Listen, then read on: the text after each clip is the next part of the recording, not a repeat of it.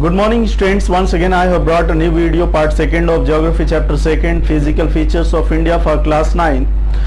In previous video we have discussed in detail about the physical features of India. आपने उस video में बात की थी, उस वीडियो में हमने आपको बताया था फिजिकल फीचर्स ऑफ इंडिया के बारे में। इंडिया के अंदर जो वेरियस फीचर्स होते हैं, different types of features, landform, जो रीजनल डाइवर्सिटी जो पाई जाती है, उसके बारे में हमने आपको डिटेल में बताया था। आज फिर उसी वीडियो को कंटिन्यू करते हुए हम आपको बहुत सारी नई चीजें उस चैप्टर से रिलेटेड बताएंगे। ओके, पिछले वीडियो में हमने जो बताया था आपको कि ये जो टोटल ग्लोब है, ये जो ग्लोब है ये एक यूनाइटेड लैंड मास था जिसे पैंजिया कहा जाता था। पैंजिया, ओके, पैंजिया, यानी ये total globe was called, unitedly land was called Pangaea and the water bodies surrounded from all side were called Panthalassa. यानी जो उसके आसपास पानी के वाटर बॉडीज थे उन्हें पैंथालासा कहा जाता था और जो लैंड वाला एरिया था उसे पैंजिया कहा जाता था। अचानक क्या हुआ कि दीज लैंड्स वर स्प्लिटेड, यानी ये जो लैंड हुए ये सब स्प्लिट हुए, ड्रिफ्टेड हुए from one two each other, एक दूसरे से अलग हुए, separated from each other because of the convectional current. यानी उनके दरमियान में अचानक टूट फूटी, क्रस्ट में जो हमने बताया था प्लेटें हैं, टोटल मेजर 6 प्लेट्स हैं और 20 माइनर प्लेट्स हैं। क्रस्ट आपने पढ़ा होगा, crust mantle core, the upper most part of the earth is called crust, that has been divided into various plates, जो अलग अलग प्लेटों में बटा हुआ है।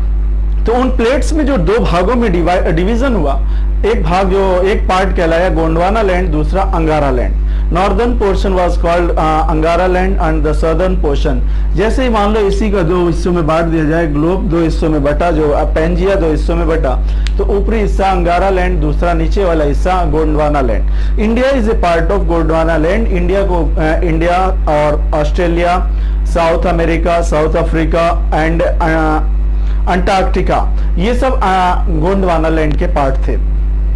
ये कैसे ड्रिफ्ट हुए, ये आपस में एक दूसरे से सेपरेट कैसे हुए? कन्वेक्शनल करंट की वजह से दोनों आपस में अलग अलग हो गए। अंगारा लैंड ऊपर चला गया और गोंडवाना लैंड नीचे। जो बीच में पोर्शन कहा जाता है, जैसे हमारे यहाँ कहा जाता है हिमालय नॉर्थ साइड में, तो वहीं से अलग हुआ, कहा जाता है कि that was a portion of Tethys sea. You know what is Tethys sea? Tethys sea was filled, वो एक जियोसिंक्लाइन बन गया। You know what is geosyncline?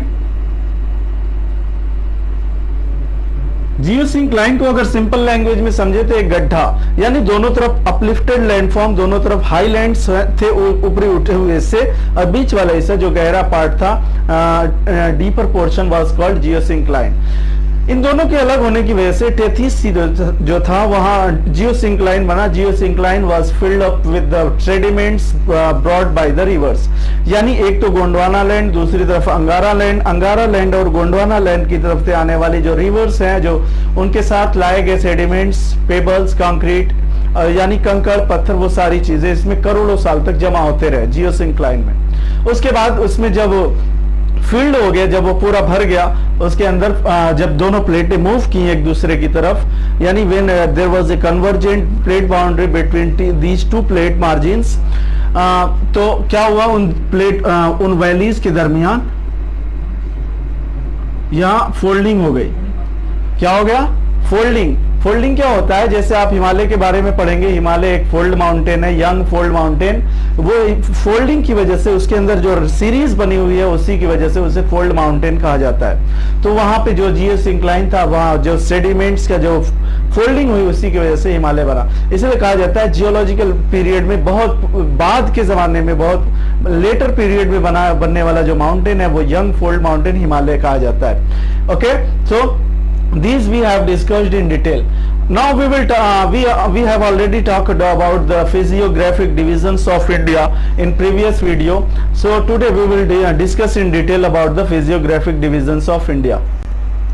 Although we have already discussed about the physiographic divisions of India, but in this video we will discuss each and every divisions in detail.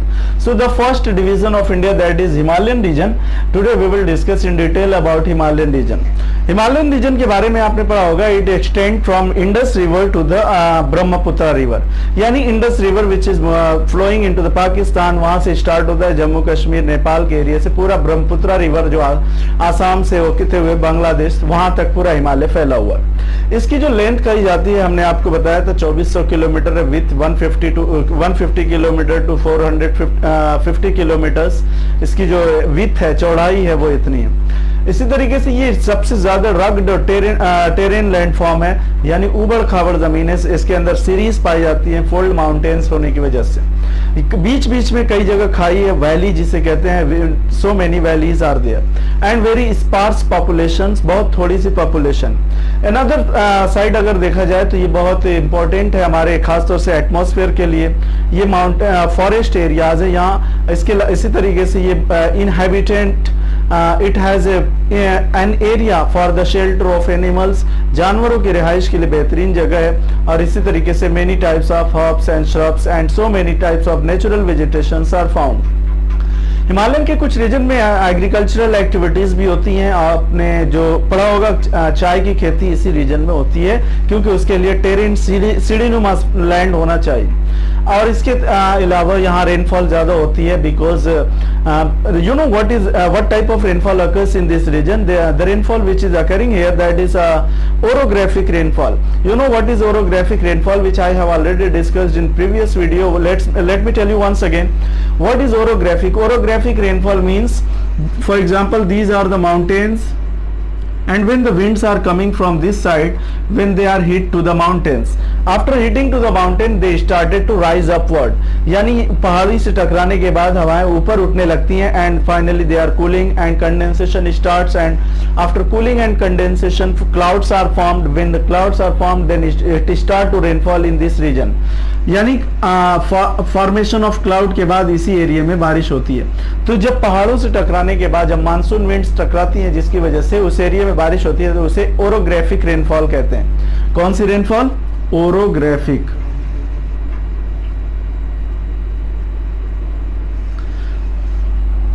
Okay, ये रहा the Himalayan region. Himalayan region के बारे में हमने आपको बताया detail में, Himalayan reason क्या है, कहां से स्टार्ट होता है। ये एक बहुत ही इंपॉर्टेंट एरिया है, और इसको अगर सिक्योरिटी पर्पज से देखा जाए इंडिया के लिए, तो it is also playing a very important role, vital role for India. It protect us from external attacks, बाहरी हमलों से हमें पूरी तरीके से सेफ रखता है। और दूसरी इंपॉर्टेंट चीज, जैसे हमने अभी आपको ओरोग्राफिक रेनफॉल बताया, तो ये रेनफॉल जो इंडिया के अंदर होती है, ज्यादा से ज्यादा जो रेनफॉल होती है, that is just because of Himalayan mountains. Himalaya की वजह से ही बारिश होती है। अगर हिमालय ना होता तो मानसून विंड्स उस साइड ओवरथ्रो हो जाती, यानी चाइना की तरफ सारे रेनफॉल होती। So these are the important features of physiographic divisions of Himalayan region. The next division, that is the northern plain. Northern plain की बात अगर की जाए तो it extend from Haryana, Punjab and Delhi, Uttar Pradesh, eastern Uttar Pradesh, Bihar and it runs up to Assam valley. यानी ये जो northern plain, sorry waste Bengal, ये नॉर्दर्न प्लेन जो है ये हरियाणा, दिल्ली, पंजाब और उत्तर प्रदेश होते हुए पूरा वेस्ट बंगाल तक जाता है, जहां सुंदरवन डेल्टा है। नॉर्दर्न प्लेन की क्या खासियत है? It is formed by the alluviums. Alluvial soil ज्यादा से ज्यादा बनाई यहाँ पे पाई जाती है। क्यों? because of three important rivers, Indus, Ganga and Brahmaputra. The sediments, the alluviums brought by these rivers are deposited into this plain area. So just because of that, the northern plain area is considered the most productive and most fertile land area, especially in India. India के अंदर सबसे ज्यादा इसको fertile माना जाता है, क्योंकि alluvial soil ज्यादा से ज्यादा पाई जाती है। इसी तरीके से new soils are deposited every year. आप जानते हैं in these rivers every year there is flood occurs generally. So because of the flood, new type of soil is formed, new type of soil is deposited in plain areas. So just because of that, this plain is considered the most fertile and most productive. The second thing about this plain, that is habitation of human being, यानी इंसान. It is mostly populated area. सबसे ज्यादा population अगर पाई जाती है तो northern plain area में. Reason क्या है? Actually rainfall occurs in a moderate condition. Climatic conditions are also moderate. Rainfall occurs in abundant amount. और इसी तरीके से यहाँ प्लेन हिमालयन रीजन के कंपैरिजन में यहाँ प्लेन सरफेस पाया जाता है, बिल्कुल फ्लैट, जिसकी वजह से maximum population wants to settle down here. Okay, इसी तरीके से तीसरी रीजन जो है वहां यहाँ ज्यादा पॉपुलेशन होने की वजह से आपने पढ़ा होगा कि जितने भी पुरानी सिविलाइजेशंस है they generally used to establish, used to settle in on the bank of rivers, या वहां बसना चाहती थी जहां there was an availability of water, जहां पानी की मौजूदगी होती थी. तो specially in this region there is an abundant amount of water available for the agricultural practices. पानी ज्यादा और मौसम अच्छा, रेनफॉल ज्यादा होती है, जिसकी वजह से यहाँ सबसे ज्यादा एग्रीकल्चरल प्रैक्टिसेस होती हैं, एग्रीकल्चरल एक्टिविटीज होती हैं, खेतीबाड़ी सबसे ज्यादा होती है, और इसी तरीके से बहुत सारे एनिमल्स पाए जाते हैं. ये नॉर्दर्न प्लेन की अगर बात करें, ये भी जो इसका एक्सटेंशन है कहा जाता है 2400 किलोमीटर इसका एक्सटेंशन है फ्रॉम वेस्ट टू ईस्ट. कितना? 2400 किलोमीटर. और ये भी स्टार्ट होता है हरियाणा और दिल्ली, पंजाब, उत्तर प्रदेश, ईस्टर्न उत्तर प्रदेश, बिहार और बांग्लादेश जहां तक ब्रह्मपुत्र जाती है. Okay, so these are the features of northern plain. Northern plain की और क्या क्या खासियत है? यहाँ कुछ एरियाज में फॉरेस्ट एरियाज हैं, फॉरेस्ट भी पाए जाते हैं, जंगल भी पाए जाते हैं, different types of natural vegetations पाई जाती हैं, ना ही बहुत ज्यादा हार्श कंडीशन होती है, ना ही बहुत ज्यादा एक्सट्रीम कंडीशन होती है. यहाँ मॉडरेट कंडीशन होने की वजह से मैक्सिमम पॉपुलेशन यहीं सेटल होती है. अब बात करेंगे तीसरा feature physiographic division of India, जिसके बारे में हमने आपको बताया पेनिनसुलर प्लेटू. सबसे पहले बात करेंगे पेनिनसुलर होता क्या है. पेनिनसुलर के बारे में जान लीजिए. अगर आप इंडिया का मैप देखेंगे तो the southern portion of India which is surrounded by water from three sides is called peninsular region. This is the peninsular region. Peninsular reason किसे कहते हैं? वो एरिया जो तीन तरफ पानी से घिरा होता है. इधर बे ऑफ बंगाल है, इधर अरेबियन सी है और इधर इंडियन ओशन है. यानी the piece of land surrounded by water from three side is called peninsular region. So the southern part of India which is starting from the just below Narmada river, उसके Narmada river के south में जितना है portion है triangle shape में है, त्रिभुज के आकार में है, ये है हमारा पेनिनसुलर प्लेट्यू. ओके, पेनिनसुलर समझ में आया कि why it is called peninsular plateau? Because it is surrounded by water from three side. और the rivers which are flowing in this region are called peninsular rivers. यानी वो नदियां जो इन areas में बहती हैं उन्हें हम क्या कहते हैं? पेनिनसुलर रिवर्स कहते हैं, जैसे गोदावरी, कृष्णा, कावेरी. और इसके और क्या क्या फीचर्स होते हैं? ये this area is maximum occupied by the black soils. यहाँ ब्लैक सॉइल पाई जाती है which is considered the most ideal for the cotton growth. Okay, ऐसा क्यों है? ब्लैक सॉइल क्यों कहा जाता है? कि ये बहुत ancient land, piece of land है जो बहुत पुराने जमाने में करोड़ों साल पहले बना हुआ है. ये सबसे ज्यादा पुराना लैंड कहा जाता है. इसके अलावा अगर इसकी बात करें कि इसके क्लाइमेटिक कंडीशन की कोस्टल एरिया में जाएंगे तो आपको वो ह्यूमिड कंडीशन मिलेगी. जैसे जैसे इंटरनल साइड में आएंगे अंदर आपको हॉट मॉडरेट कंडीशन मिलती चली जाएगी. ओके, और इस एरिया में आने वाले जितने भी स्टेट्स ऑफ इंडिया है सारे के सारे फर्टाइल होते हैं, बहुत सारे एग्रीकल्चर प्रैक्टिसेस होती हैं. और इसके चारों तरफ कोस्टल प्लेन्स हैं. जैसे ईस्टर्न साइड में ईस्टर्न घाट है, वेस्ट साइड में western ghat, which we will discuss next. Okay, इसमें एक और खासियत क्या है कि कोस्टल पेनिनसुलर प्लेटू में डकन प्लेटू रीजन्स में सबसे the rivers which are flowing in this region they are maximum originated from Western Ghat. यहां से ओरिजिनेट होती हैं and they are flowing towards the Eastern Ghat. जैसे गोदावरी, कृष्णा, कावेरी, ये सारी नदियां इसी साइड ओरिजिनेट होती हैं और उस साइड फ्लो करती हैं. और ज्यादातर वो सारी नदियां जो इस साइड ओरिजिनेट और उस साइड बहती हैं वो सब डेल्टा बनाती हैं at the mouth of oceans. अपने माउथ पे, मुहाने पे जब समंदर ओशंस में मिलने वाली होती हैं तो दे फॉर्म डेल्टा. डेल्टा क्या होता है हम आगे आपको बताएंगे. ओके, इसके बाद बात करेंगे इंडियन डिजर्ट की. The fourth division, physiographic division of India desert. the largest Indian desert that is called Thar desert, which is located into Rajasthan, जिसे हम Thar desert कहते हैं। Desert की क्या खासियत है? When you heard the word desert, what comes to your mind? You know, जाहिर सी बात है हमारे दिमाग में जो सबसे पहली चीज आती है कि बहुत ज्यादा टेम्परेचर होता होगा, सैंड होते होंगे, सैंड ड्यून्स होते होंगे, there is no vegetations, no rainfall, obviously these conditions are found. Indian desert की बात करें कि इंडियन डिजर्ट राजस्थान में पाया जाता है। राजस्थान में भी एक तरफ जो हार्श कंडीशंस इधर ज्यादा होती है जिसे मरुस्थल कहा जाता है, मरुस्थली, उधर तो बिल्कुल बिल्कुल नेचुरल वेजिटेशन और बिल्कुल रेनफॉल नहीं होती है, और उसके ईस्टर्न साइड में थोड़ा सा सेमी एरिड जिसे कहते हैं, सेमी एरिड मीन्स वहां थोड़ा सा कंडीशन होती है कि कुछ फसलें, कुछ crops can be grown. Okay, Indian desert में क्या होता है, बहुत ज्यादा रेनफॉल नहीं हो पाती, बहुत थोड़ी सी रेनफॉल होती है, हार्श कंडीशन होती है, टेम्परेचर बहुत ज्यादा होता है, कभी कभी टेम्परेचर 50-52 डिग्री सेल्सियस तक पहुंच जाता है। यहाँ स्पार्स पॉपुलेशन होती है, बहुत थोड़े से लोग सेटल होना चाहते हैं because of the lack of water, because of the unfavourable land, unfavourable climatic condition. यानी इन तमाम परिस्थितियों के बावजूद लोग वहां थोड़े से नंबर में लोग रहते हैं, बहुत थोड़ी सी पॉपुलेशन पाई जाती है। आपने पढ़ा होगा इंडिया का सबसे बड़ा जो स्टेट है वो राजस्थान है, लेकिन पॉपुलेशन के अकॉर्डिंग अगर देखा जाए तो दैट इज उत्तर प्रदेश। अगर एरिया के हिसाब से देखते तो जाहिर सी बात है राजस्थान है तो पॉपुलेशन भी ज्यादा होनी चाहिए। You know why the population is very less? Just because of the extreme condition, because of the harsh climatic condition, because of no rainfall, because of no vegetations, no river. वहाँ की सबसे बड़ी जो नदी मानी जाती है that is Luni river. Luni river is the largest river of Rajasthan. इसके बाद बात करेंगे कोस्टल प्लेन्स की। हमने आपको बताया था कोस्टल प्लेन्स, कोस्टल मीन्स किनारा, बैंक, समंदर का किनारा, प्लेन्स मीन्स मैदान, यानी the plains which are located to the bank of the rivers are called coastal plains which are generally located to the edges of Eastern Ghat and to the edges of Western Ghat. The plain which is located to the eastern side that is called Eastern Ghat या Eastern Coast, eastern घाट और ये western Ghat.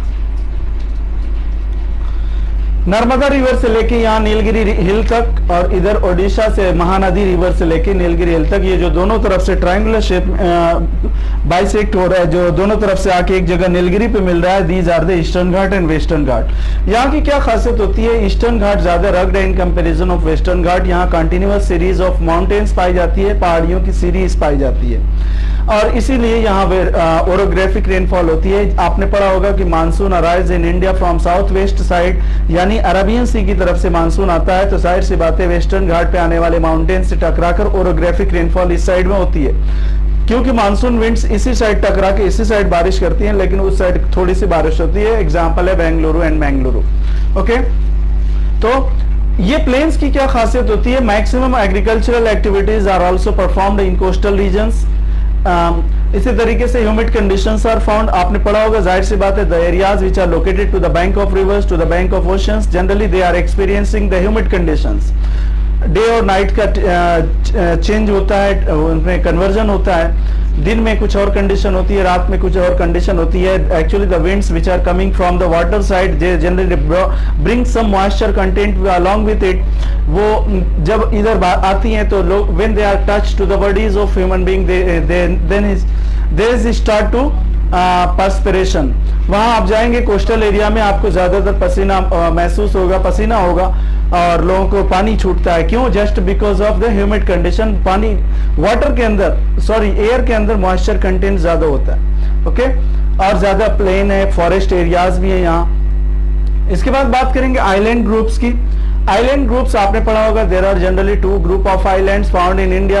The first type of group of island that is Andaman and Nicobar, which is located to the Bay of Bengal. दूसरा group of island that is found in Lakshadweep. Group of island which is located to the Bay of Bengal that is Andaman and Nicobar.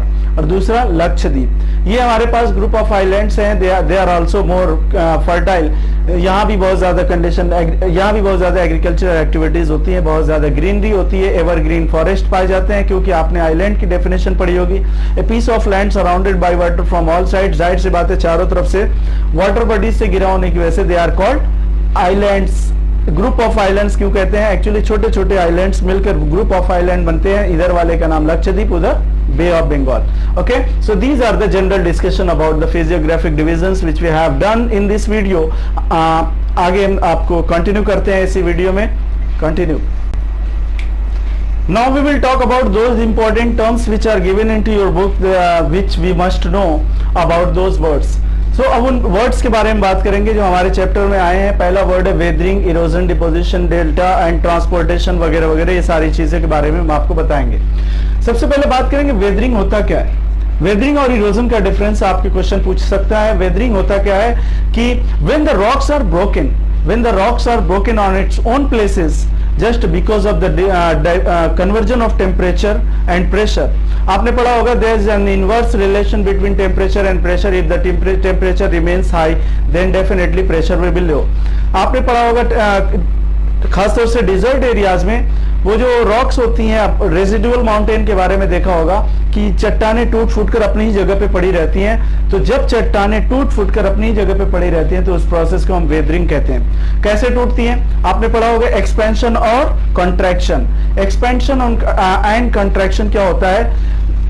Dessert areas में क्या होता है कि दिन के time पे temperature बहुत ज्यादा ऊपर चला जाता है, नियर अबाउट 50-52 डिग्री सेल्सियस। तो जाहिर सी बात है टेम्परेचर ज्यादा होने की वजह से देयर इज एक्सटेंशन या चट्टानों के दरमियान में फैलाव आता है और suddenly temperature goes down very rapidly at night. Temperature रात में अचानक तेजी से नीचे आने की वजह से there is contraction into the rocks. चट्टानों में सिकुड़न आ जाती है। Because of this continuous process for a longer period of time, when the rocks are broken into pieces and pieces on its own places, that process is called weathering. आप I hope आपको समझ में आ गया होगा weathering कैसे होता है। यानी जब चट्टानें टेम्परेचर ज्यादा होने की वजह से फैलती हैं और अचानक रात में टेम्परेचर कम होता है, इतना जल्दी से टेम्परेचर डाउन होता है जिसकी वजह से कंट्रैक्शन होता है, सिकुड़ जाती है।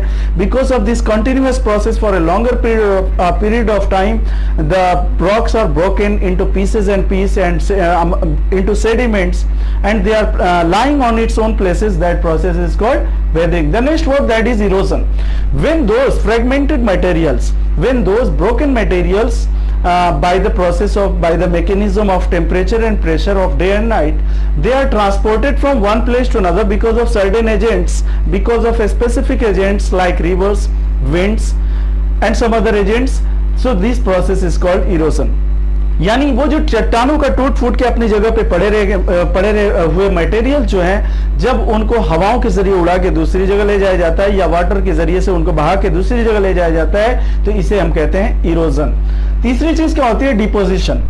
आपने डिजर्ट एरियाज में देखा होगा हवाएं कुछ लिमिट पे, इतने मीटर पे बहुत तेजी से चलती हैं। तो while flowing into these regions, the winds generally bring the sand particles along with it. अपने साथ वो बालू के कण, बालू के जो पार्टिकल्स होते हैं उनको उड़ा के ले जाती हैं। ट्रांसपोर्ट उसे कहते हैं। And they are deposited at a particular place, जहां उन्हें प्रॉपर जगह मिलती है, जहां एक गड्ढा टाइप मिलता है, जहां उन्हें ब्लॉकेज मिलता है, जहां वहां उसे डिपॉजिट करती जाती हैं। Because of the 100 years, crores of years, because of the deposition process, आप देखेंगे different shapes are formed in desert areas, जैसे बरखान, सैंड ड्यून्स और बहुत सारे फीचर्स बनते हैं। तो डिपोजिशन समझ में आ गया। वाटर एयर के जरिए से कुछ चीजें बहा के, कुछ चीजें उड़ा के कहीं डिपॉजिट की जाती हैं लगातार कई सालों तक, सैकड़ों सालों तक, उसी प्रोसेस को डिपोजिशन कहते हैं। Fourth one, that is delta. Delta के बारे में आपने पढ़ा होगा। डेल्टा का शेप देख लें। Deltas are generally formed into the last stage of reverse.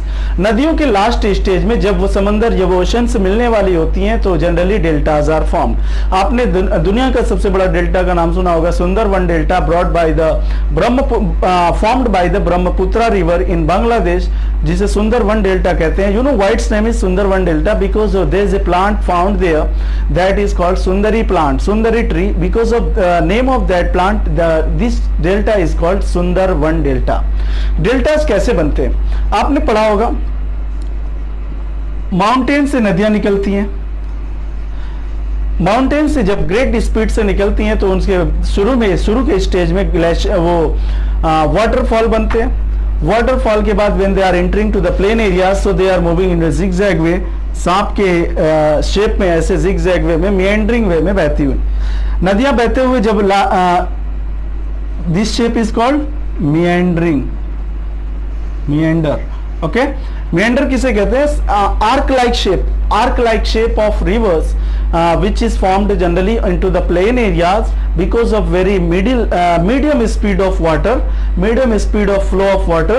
This shape is formed. इसके बाद जब when the rivers are going to meet to the oceans, going to meet to the sea, so generally they form delta. Delta में क्या होता है? पानी की speed इतनी स्लो होने की वजह से there stream has been divided into various branches. पानी की जो मेन स्ट्रीम होती है वो अलग अलग ब्रांचेस में बढ़ जाती है। इसी पानी के डिविजन्स को अलग अलग हिस्सों में जो बटा होता है उसी एरिया को हम क्या कहते हैं? डेल्टा कहते हैं। ये एरिया बहुत ज़्यादा फर्टाइल होता है, यहाँ बहुत सारी चीज़ें ग्रो की जाती हैं, बहुत सारी क्रॉप्स ग्रो की जाती हैं। So this was the detailed discussion of chapter second. Now your chapter second is over. I hope आपको पसंद आया होगा, इसलिए हमारे वीडियो को लाइक करें, शेयर करें और कमेंट करें।